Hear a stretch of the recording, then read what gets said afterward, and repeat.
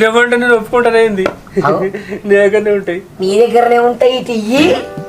ఏ చూడు నా దగ్గర ఎక్కడివి లేవు, నా దగ్గర నీ దగ్గరనే ఉంటాయి. నాకు తెలుసు.